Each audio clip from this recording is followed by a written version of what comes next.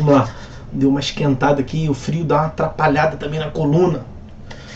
Vamos lá, sigamos forte. Vamos ao próximo inciso, que é, salvo engano, a Convenção de Arbitragem.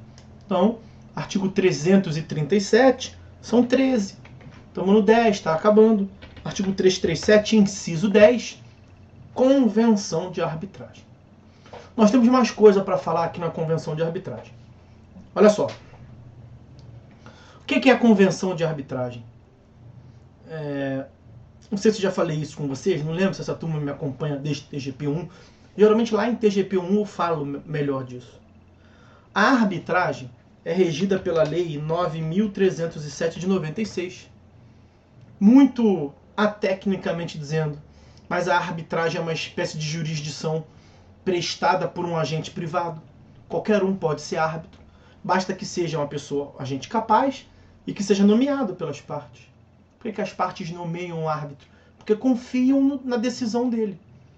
Na tutela jurisdicional convencional do Estado, quais são os princípios que imperam? Juízo natural, você não pode escolher. Publicidade, não pode ter sigilo, a regra. Não tem prazo pré-fixado para julgamento. Só essas três características, joga para a arbitragem. Você escolhe o julgador, você pode determinar prazo para julgamento, você pode estabelecer sigilo. Veja, muito comum, as grandes empresas só lidam com a arbitragem. Na arbitragem, veja, as empresas são parceiras econômicas, mas estão divergindo num contrato qualquer. Coisa mais comum do mundo. Pô. Na sua casa você não diverge com a sua mulher, com o seu marido, seu parceiro, em todos os sentidos, mas não tem divergência. No plano negocial, é o que mais acontece, é isso.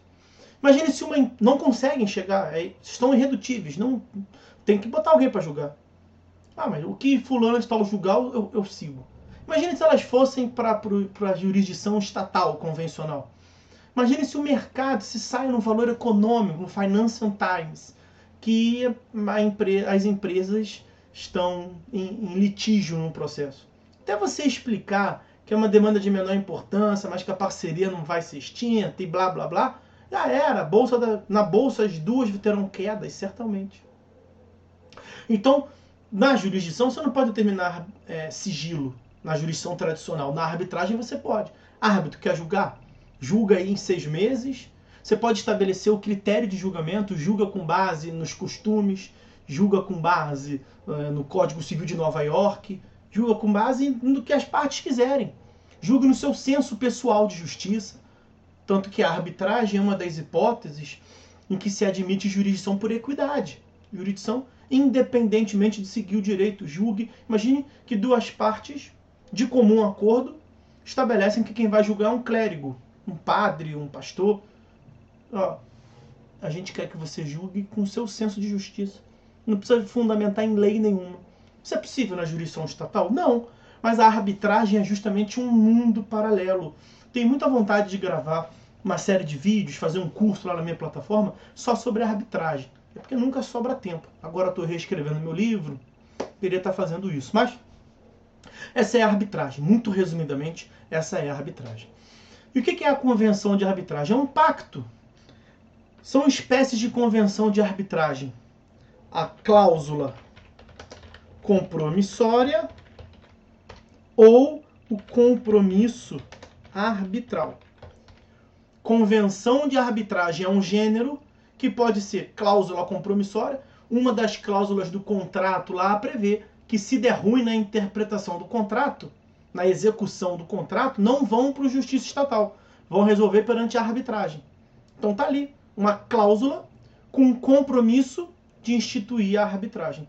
E o compromisso arbitral, independentemente de ter a cláusula num contrato ou não, então tem cláusula, você pode depois estabelecer um compromisso. Não tem cláusula, você pode mesmo assim estabelecer um compromisso. É um compromisso em concreto. Já deu ruim, tinha a cláusula, nós pactuamos que eu resolver pela arbitragem, estão agora resolvendo. Vamos instituir a arbitragem de direito, vai julgar com base no Código Civil, não pelo Código de Defesa do Consumidor, o árbitro vai ser fulano de tal, ou vai ser uma junta de árbitros.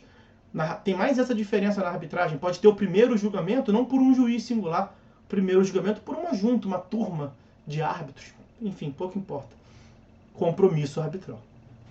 Mas no que consiste, onde eu quero chegar é o seguinte, essa convenção de arbitragem, uma vez instituída, prevalece a respeito dela, segundo o STF, olha, segundo o STF, o pacta sunt servanda.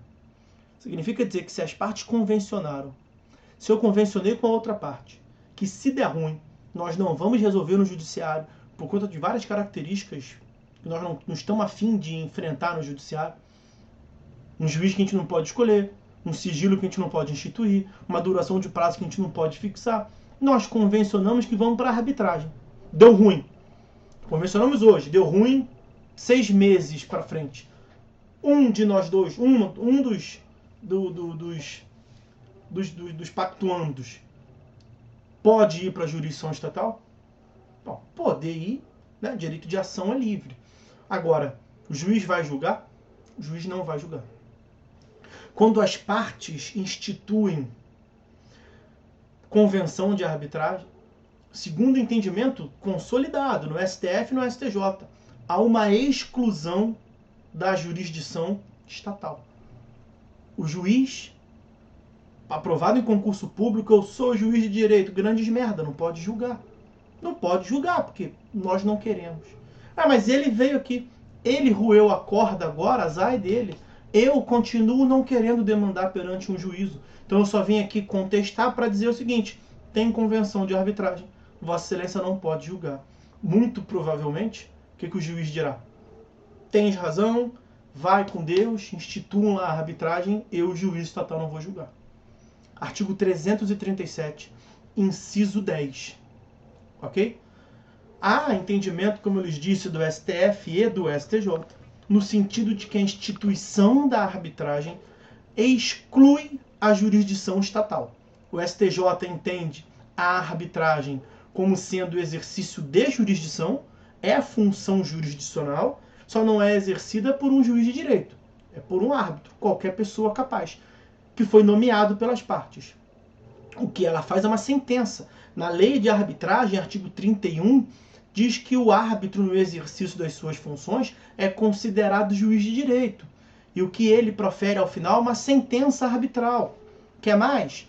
O artigo 515, inciso 7º, sexto ou sétimo do Código de Processo, acho que é o sexto, acho que é o sétimo do Código de Processo Civil, não vou lá pegar porque o tempo está passando muito rápido, mas diz que é título executivo judicial. Então veja, o que o árbitro faz é jurisdição, faz às vezes de uma sentença. O árbitro só não tem poder de polícia. O árbitro não pode mandar que a polícia vá lá e traga testemunha na marra. O árbitro não pode determinar uma penhora online na conta de alguém. Isso é um poder de polícia que só o juiz de direito tem. Mas tirando esse aspecto de poder de polícia, o árbitro pode fazer tudo mais. Pois bem, instituiu a convenção de arbitragem, em regra, não pode o juiz de direito julgar, a jurisdição tradicional. Mas se nós estamos vendo aqui que o réu alega na contestação a existência de convenção de arbitragem, é porque nós temos um direito de ação. Nós tivemos uma petição inicial distribuída, não foi? Então alguém roeu a corda. Eu pactuei com outro que nós não queríamos a jurisdição estatal. Eu estou aqui e sou surpreendido com uma citação dizendo que ele foi a juízo. Como assim ele foi a juízo?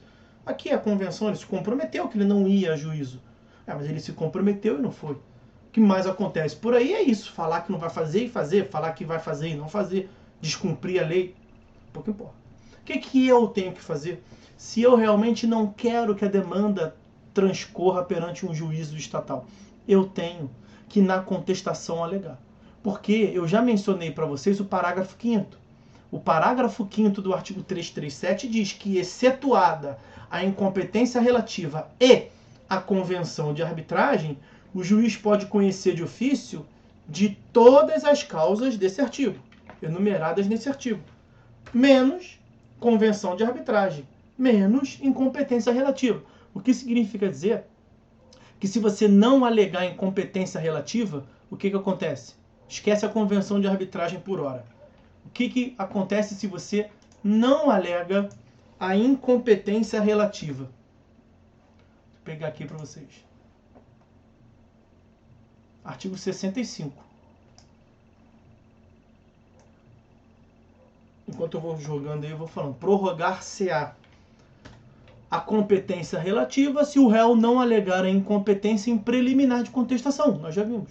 Então, o juízo que a princípio era incompetente, da contestação em diante passará a ser competente. Ele não pode se pronunciar de ofício, a parte interessada tem que alegar, e tem que alegar até um certo momento. É uma exceção, portanto, não é isso? Dali em diante já era, Inês é morta, não pode alegar mais. Isso não é incompetência relativa. E na convenção de arbitragem?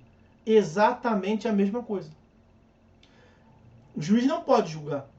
Mas, para que o juiz não julgue, você tem que alegar. Porque mesmo que esteja lá no contrato, o juiz tenha visto a cláusula, o juiz está doido para não julgar, a questão é super complexa, mas ele não pode falar de ofício. Você, interessado, tem que alegar. Porque se você não alegar, olhem o que consta do parágrafo 6º desse mesmo artigo 337. Estava embaixo ali a resposta. Artigo 337, parágrafo 6º. A ausência de alegação da existência de convenção de arbitragem, na forma prevista nesse capítulo, quem que alegaria? O réu na contestação. Artigo 337, inciso 10, em preliminar. Alegou, o juiz vai reconhecer. Não alegou, 337, parágrafo 6º, implica aceitação da jurisdição estatal e renúncia ao juízo arbitral. Olha, um pactuou com o outro, que não iriam para a jurisdição estatal. Esse um aqui foi autor, petição inicial. O que o réu tem que falar? Opa, sai fora, não quero que você julgue aqui não. Vamos para a arbitragem julgar. E aí, se o réu alega a convenção de arbitragem, olha o artigo 485. 485, inciso 7º. O juiz reconhecendo que está certa a alegação de convenção de arbitragem, não vai julgar. 485, inciso 7º. Agora, se o réu, que é o principal interessado, porque o outro roeu a corda, e ele não quer a jurisdição estatal, se ele não segue a lei fala que ele tem que mencionar na contestação, qual é a consequência? Significa dizer que ele também quer a jurisdição estatal. Ah, não, mas lá na minha cabeça eu não quero, só esqueci. Sinto muito. A conduta ativa, comissiva do autor faz crer que ele não quer mais a arbitragem e que ele quer a jurisdição estatal. O que o juiz vai fazer? Posso falar nada. Vamos esperar a manifestação do réu. Se o réu falar que quer a arbitragem, 485, inciso 7º, vou colocar fim a esta droga desse processo e vão ser felizes na arbitragem. Agora, a conduta omissiva do réu em alegar a arbitragem faz crer que ele não quer mais a arbitragem. Se o autor não quer porque foi a juízo e o réu não quer porque poderia alegar e não alegou, há uma renúncia à arbitragem. E significa dizer que a jurisdição estatal volta a poder ser exercida. Então, isso que eu queria falar com os senhores sobre a arbitragem. De modo que a arbitragem é, portanto, uma preliminar raiz, uma preliminar propriamente dito. Ok? Vamos seguir aqui no 337, já passou os principais. 337, inciso 11, ausência de legitimidade ou de interesse processual. Alguém aí que possa me dizer em qual categoria processual se inclui legitimidade e interesse processual?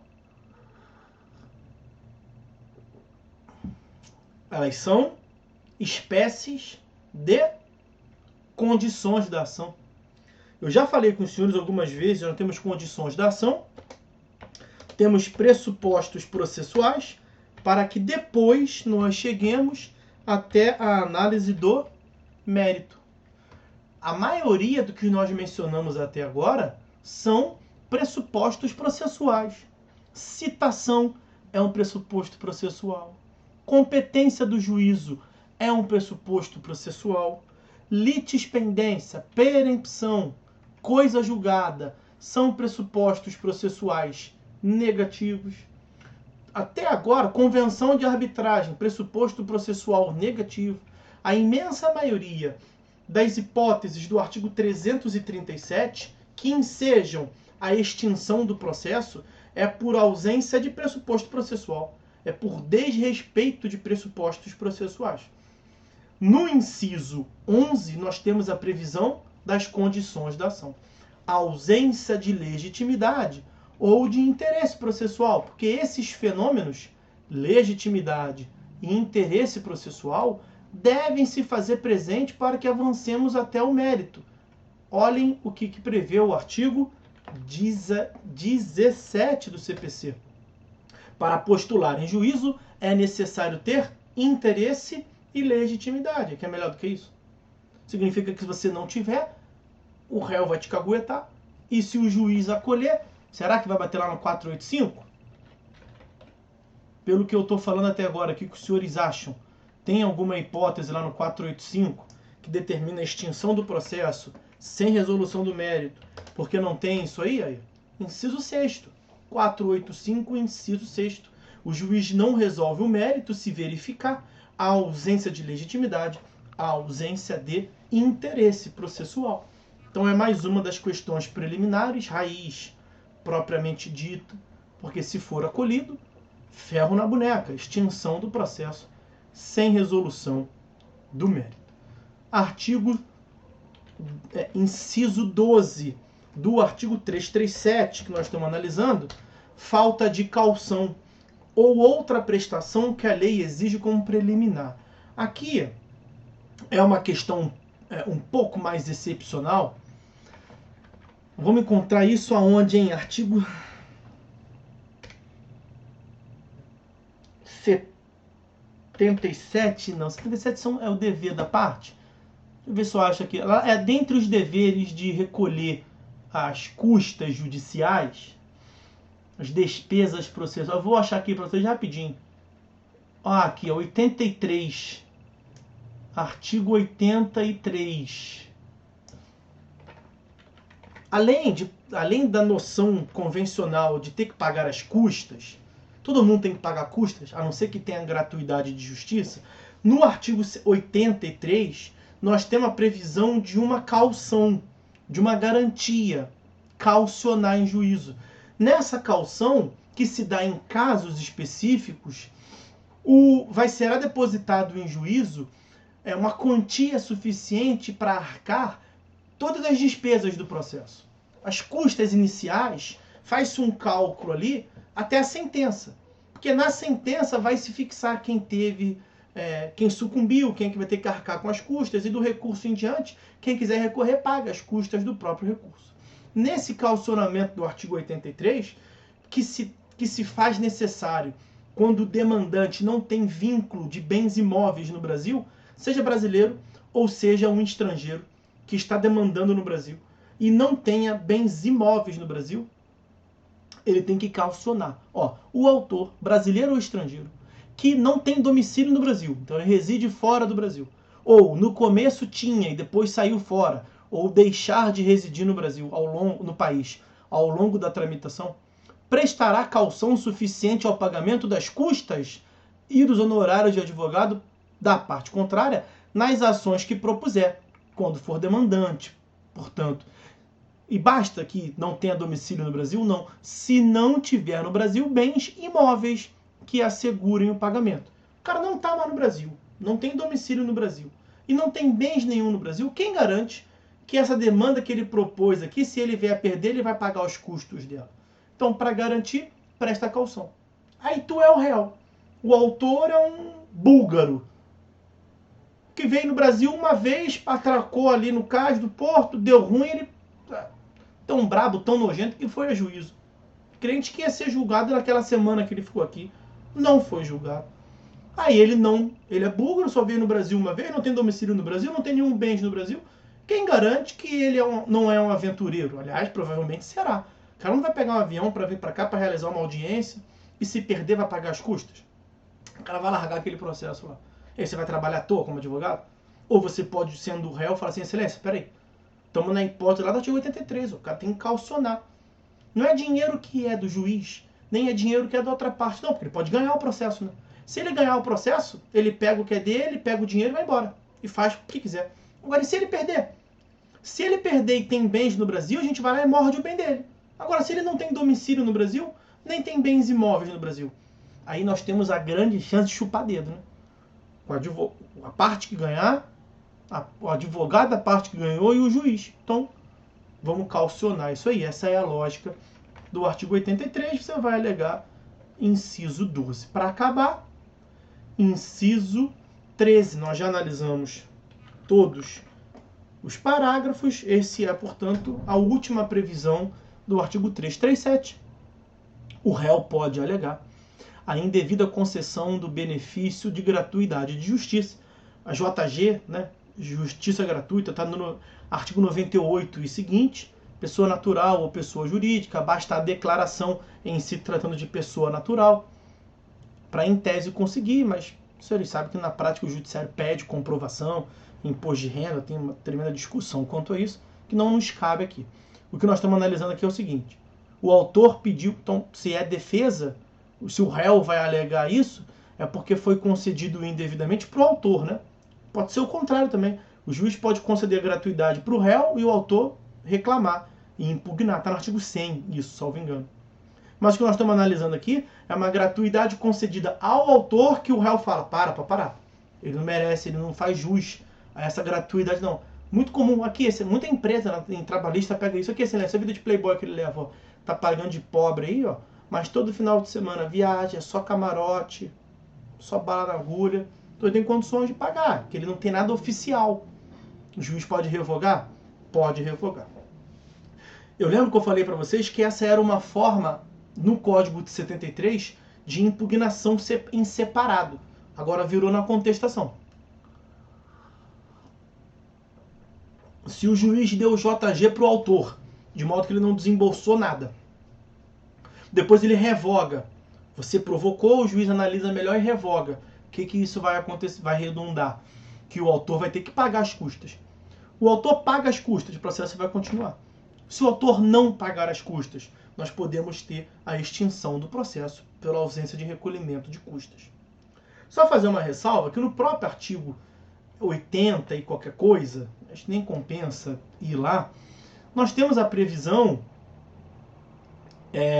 no 98, que fala da gratuidade de justiça. Agora eu já perdi tempo vindo aqui. É possível que o juiz, ao invés de conceder, não vou localizar aqui não compensa, está lá no 98 e seguinte, se o juiz não conceder a gratuidade como um todo, tem outras técnicas. Então o juiz acha que tem como o cara pagar, mas ele está um pouco sensibilizado com a condição econômica. Ele pode parcelar as custas, pode determinar o pagamento das custas ao final. Então não necessariamente a revogação da gratuidade de justiça, no sentido clássico de não ter que pagar nada, gratuidade, não necessariamente isso redunda na extinção do processo. Tá? Nós temos, vamos assim dizer, técnicas intermediárias. Do juiz forçar o cara a pagar, mas facilitar o pagamento, vamos assim dizer. Pagamento parcelado, literalmente tem essa previsão do pagamento parcelado. Pode ter a previsão do pagamento ao final. Então tem algumas técnicas que se somam a essa gratuidade no sentido da palavra. Tá? Bom, com isso a gente encerra por